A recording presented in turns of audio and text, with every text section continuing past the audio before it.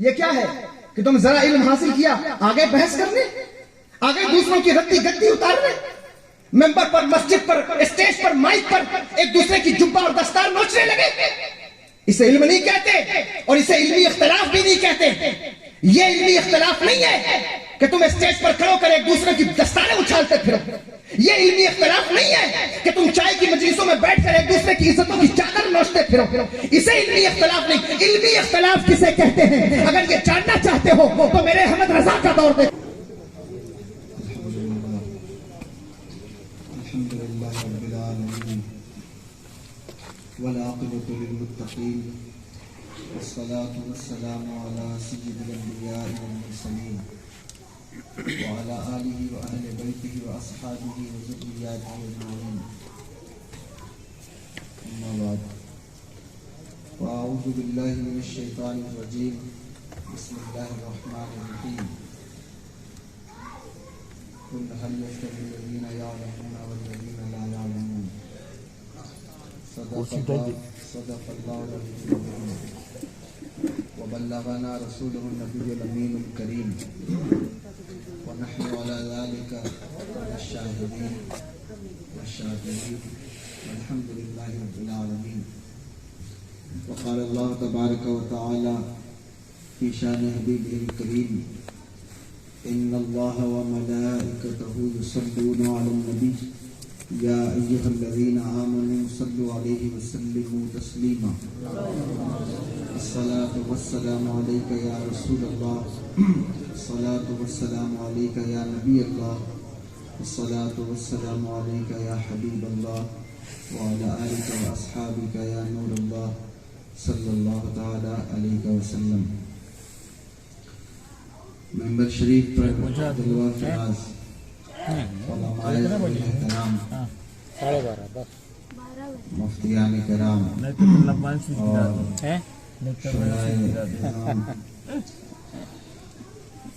کارکنان اجلاس اور جملہ طلاب العلم اور سامعین و حاضرین، السلام علیکم ورحمۃ اللہ تعالی وبرکاتہ۔ اللہ رب العزت کا فضل ہے، اس کی دی ہوئی توفیق سے ہم اور آپ آج کی اس نشست میں، اس بزم مقدس میں حاضری کی سعادت حاصل کر رہے ہیں۔ اللہ تبارک و تعالی ہم سب کی حاضری کو قبول فرمائے۔ بنیادی طور پر آپ جانتے ہیں کہ یہ مدرسے کا ایک دارالعلوم کا اینول فنکشن ہے، سالانہ اجلاس ہے، اور دارالعلوم محمدیہ اہل سنت والجماعت کا یہ پروگرام ہے، اور آپ دیکھ رہے ہیں کہ دستار بندی کا خوبصورت نظارہ آپ کر چکے اور کر رہے ہیں۔ مجھے نہیں لگتا کہ آپ کوئی زیادہ شوق رکھتے ہیں کہ کچھ دیر آپ کو بیٹھایا جائے۔ مجھ سے پہلے بھی جب میں آیا تو ایک خطاب جاری تھا، آپ نے وہ بھی سن لیا ہے، اور اگر آپ اجازت دیں گے، آپ کی مکہ منشا ہوگا تو میں تھوڑی دیر کوئی بات علماء کے حوالے سے، کیونکہ مجھے کسی موضوع کا پابند نہیں کیا گیا ہے، تو میں نے خود سے ہی یہ انتخاب کر لیا کہ میں کچھ علماء کے حوالے سے، علم کے حوالے سے کوئی بات عرض کروں گا۔ آپ سنیں گے تھوڑی دیر؟ زبردستی تو آپ نہیں بیٹھے ہیں، ایسا تو نہیں ہے۔ علم کی بات کرنا یا علماء کی بات کرنا، نالج کی بات کرنا، اس دور کے اندر مسلمانوں کے درمیان خاصا مشکل کام ہے، اس لیے کہ مسلمانوں کی جتنی بے توجہی اس صدی کے اندر یا اس کی پچھلی صدی کی بات تو نہیں کر سکتا، لیکن اس صدی میں جو ہے وہ دیکھنے سے تعلق رکھتی ہے. لوگ علم سے کوسوں دور ہیں